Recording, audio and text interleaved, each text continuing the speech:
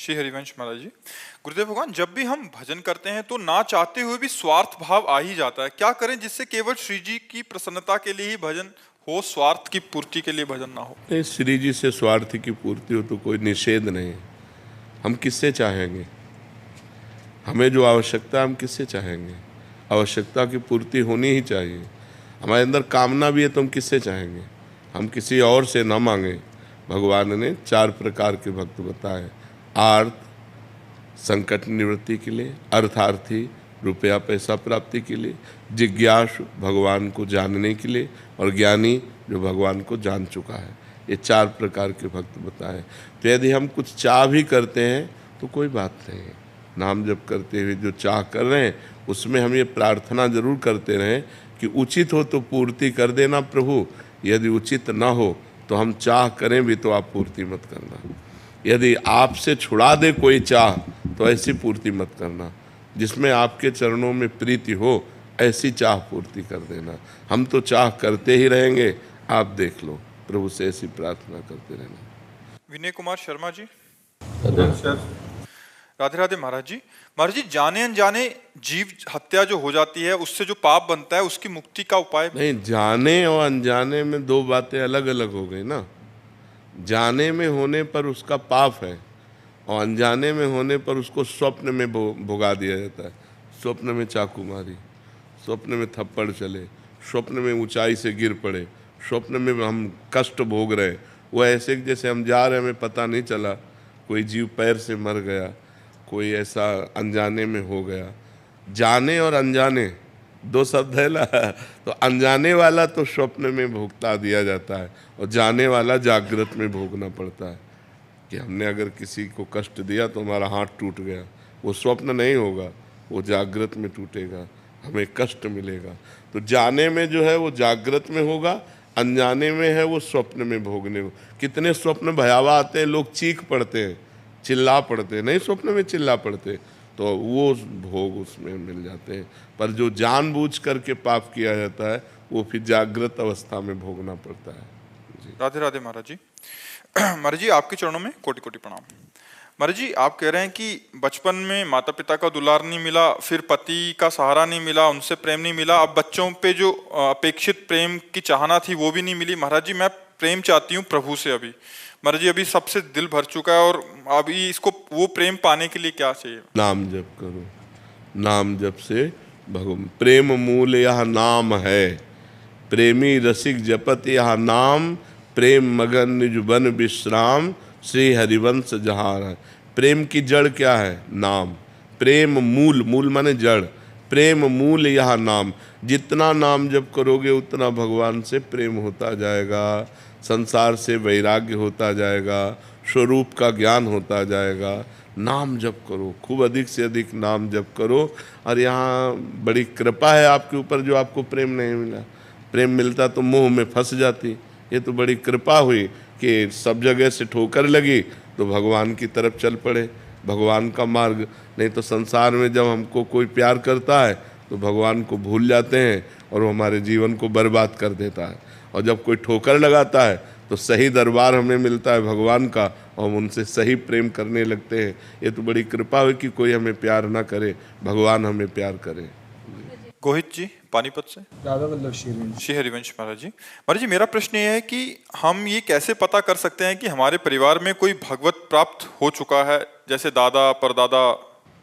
नहीं, अगर वो हो चुके होंगे तो तुम्हारी बुद्धि अपने आप भगवान में रति हो जाएगी। 21 पीढ़ियाँ तरती हैं, 7 और 14 तो सात्विक 21 पीढ़ियाँ तरती, तो 7 पीढ़े की 14 आगे की।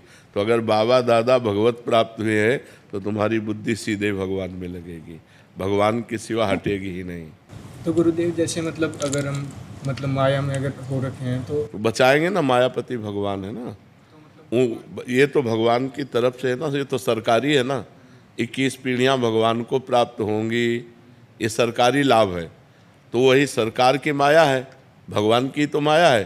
तो वही आपकी बुद्धि को माया से हटाएंगे और भगवान अपने में लगाएंगे और आप भी भगवत प्राप्त होंगे निश्चित भगवत। हाँ, अगर एक भगवत प्राप्त महापुरुष हो गया तो 21 पीढ़ियाँ उसकी भगवत प्राप्त होती, 7 पीछे की और 14 आगे। उसी जन्म में या आगे के और जन्म? अब ये भगवान जाने, है नहीं, इसका फाइनल तो भगवान करेंगे। अब उसको भगवान की बात को हम कैसे बता सकते हैं कि वो तुम्हें एक जन्म और लेने देंगे या इसी जन्म में भगवत प्राप्त कर देंगे?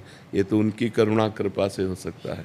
शरण में अगर भगवान ने अपने ले, हाँ, तो इसी जन्म में हो जाएगा। खूब नाम जप करो, ना कोई महापुरुष हुआ होगा तो तुम महापुरुष बन जाओ।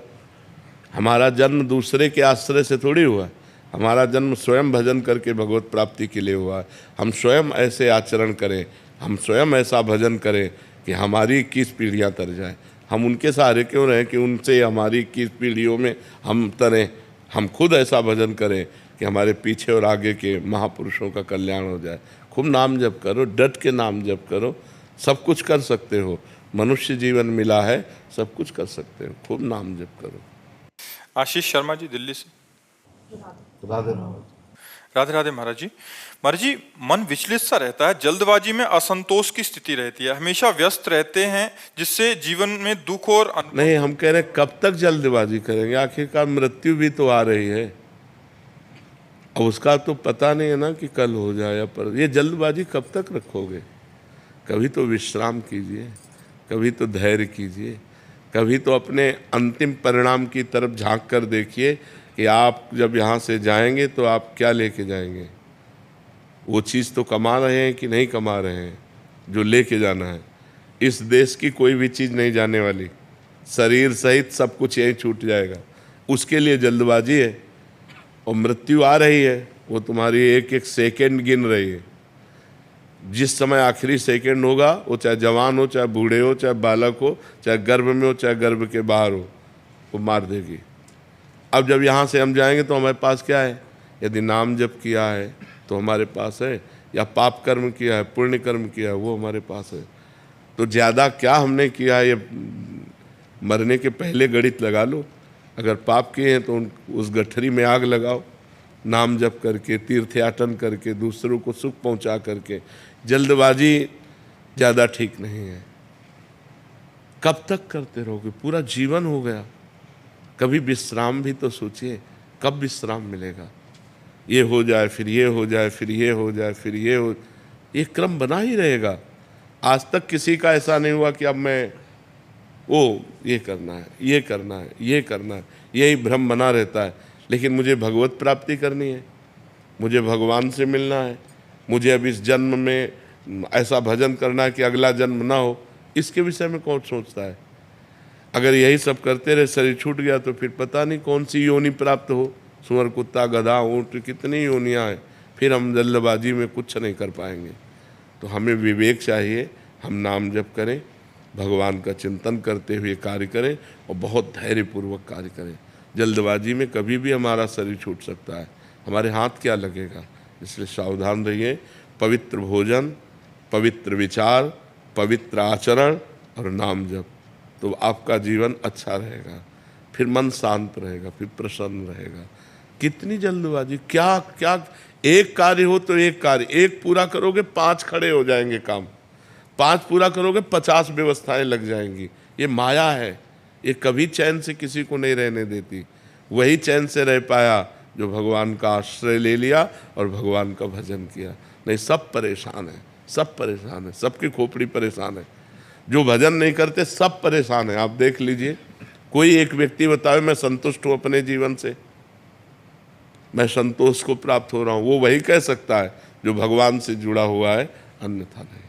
इसलिए नाम जप कीजिए, पवित्र आहार, पवित्र विचार, पवित्र आचरण कीजिए। जल्दबाजी कहाँ तक करेंगे, कितना करेंगे? और जो कुछ करेंगे सब यहीं रह जाएगा। इसलिए आनंद मनाइए, मस्ती से जीजिए। मनुष्य जीवन मस्ती और आनंद के लिए, पर हम लोग मस्ती और आनंद शराब, व्यभिचार, गंदे आचरणों में ले जाते नहीं। जितेंद्रियता, पवित्रता, भगवान का चिंतन, इसमें आनंद और मस्ती होती है। जहाँ मस्ती की बात आई तो शराब और गंदे आचरणों की तरफ लोग भाग जाते हैं कि मस्ती उस, नहीं, उधर मस्ती नहीं, उधर तो पतन है, नाश है। मस्ती तो सच्चिदानंद भगवान की तरफ है। राधे राधे महाराज जी। आपके चरणों में कोटि कोटि प्रणाम। भगवान, आज से 1 वर्ष पूर्व जब यहाँ आया था तो आपने अपने अंदर के हैलोजन को प्रकाशित करने की बात कही थी, उसी में प्रयासरत हूँ, परंतु देहाभिमान नहीं गलित हो रहा महाराज जी, और मतलब काम वासना की वृत्तियां असहनीय हो रही हैं महाराज जी। खान पान गलत हो रहा है, भजन कम हो रहा है, कुसंग ज़्यादा हो रहा है, इसीलिए ऐसा है। अगर हमारा भजन ठीक हो, सात्विक आहार हो, पवित्र जीवन हो, तो गंदी वासनाओं का संस्कार वसात स्फुरण होता है। असहनीय या परेशान हो जाने का मतलब है आप हस्तमैथुन या मोबाइल या गलत बच्चों का संग या किसी स्त्री का आकर्षण संग, बिना इसके नहीं हो सकता। आपका कोई कनेक्शन है, उस कनेक्शन को काटिए। कनेक्शन नहीं होता, मन उठा, घूमा, फिर आ गया राधा राधा राधा राधा। कनेक्शन है, उसी गली में खड़ा कर देगा जाके, वही क्रिया करवा देगा, मोबाइल में चित्त लगा देगा। कनेक्शन है, कोई गलत कनेक्शन है, कुसंग है, उसको आप देख लीजिए, अंदर देखो। अगर ऐसा नहीं है तो मन केवल उठेगा और शांत हो जाएगा। मन माना पूर्व संस्कारवश काम की वेदना जागृत होती, लेकिन स्फुरण होती और शांत हो जाती। और जब उसको कनेक्शन मिल जाता है, कुछ भी कनेक्शन, कोई भी गंदा चिंतन, चिंतन भी तो कनेक्शन है। वृत्ति और व्यक्ति दोनों कुसंग है। बाहर का व्यक्ति कुसंग है और अंदर की वृत्ति कुसंग है। अगर अंदर ही अंदर गंदी बात का हम चिंतन कर रहे हैं, ध्यायतो विषयान पुंसास संगास्ते सूप जायते संगात संजायते कामा कामात क्रोधो विजायते। क्रोधात भवति सम्मोहा सम्मोहा स्मृति विभ्रमा स्मृति भ्रंशात बुद्धिनाशो बुद्धिनाशात प्रणश्यति। रसेंद्री जब बिगड़ती है ना तो मन परेशान कर देता है। रसेंद्री खास परेशान क्यों करेगी जब हम ठाकुर जी को भोग लगा के पाएंगे। ठाकुर जी को भोग लगाते हो? मानसिक अब इतने सिद्ध तो नहीं हो गए कि मानसिक ठाकुर जी को भोग लगा दोगे। प्रगट में पाने के लिए देखो, हम कहीं ना कहीं गलत हैं, आपको मानना पड़ेगा। हम लोग बताया ना, हमने मन की PhD की है, हमने मन को देखा है, अपने खड़े होकर के गंगा जी की धारा में ऐसे रोए हैं, हे भगवान सामर्थ्य दो, आप ही हमारी सामर्थ्य हो, जिससे हमारे मन को शांति मिले। तो हमें रास्ता मिलता गया। अगर मन को कोई कनेक्शन नहीं है, पक्की बात समझ लो, तो स्फुरण होता है और शांत हो जाता है। अगर कोई कनेक्शन है किसी भी तरह का, अगर आप अंदर ही अंदर सोच का कनेक्शन दे दिए तो वो अंदर ही अंदर पूरी फिल्म बना देगा। साधारण थोड़ी है, वो अंदर ही अंदर पूरी फिल्म, भोग की फिल्म बना देगा, वो आपको व्याकुल करके भ्रष्ट कर देगा। अंदर और बाहर दोनों के कुसंग से हमें बचना होगा। और नाम जप करो और जो भोजन पाओ उसे भगवान को समर्पित करके। देखो, हमारा मनुष्य शरीर है, इससे सेवा जरूरी है। ठाकुर सेवा सबके पास होनी चाहिए। जो नौकरी पेशा करते हैं वो नाम सेवा, भगवान का नाम, जैसे भोजन सामने आया तो राम कृष्ण हरि राधा राधा 2-4 मिनट कीर्तन किए और भगवान को अर्पित किए भाव से कि प्रभु आप पाओ, और फिर जय अपने इष्ट का नाम लेकर, जय राधे श्याम, जय सीताराम, जो भी नाम, और पाओ। देखो पवित्र होगा वो भोजन, आपके हृदय को पवित्र करे। अब पशु की तरह एकदम खाने लगे तो फिर वो भगवान को अर्पित किए बिना भोजन पाने से पाप बुद्धि बढ़ती है, और भगवान को अर्पित करने से वो प्रसाद हो जाता है, और प्रसाद पाप का नाश करके हृदय को पवित्र करता है। थोड़ा सा भजन गा दीजिए। हम तो बढ़ा ही रहे, आप बढ़ाओ। हम तो भजन बढ़ाइए, आप बढ़ाओ।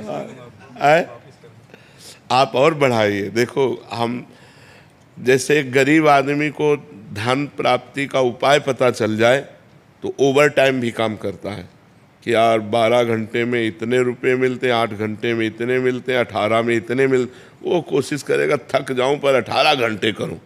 ऐसे हमको एक उपाय मिल गया है माया से जीतने का और परम सुखी होने का, परम आनंदमय होने का।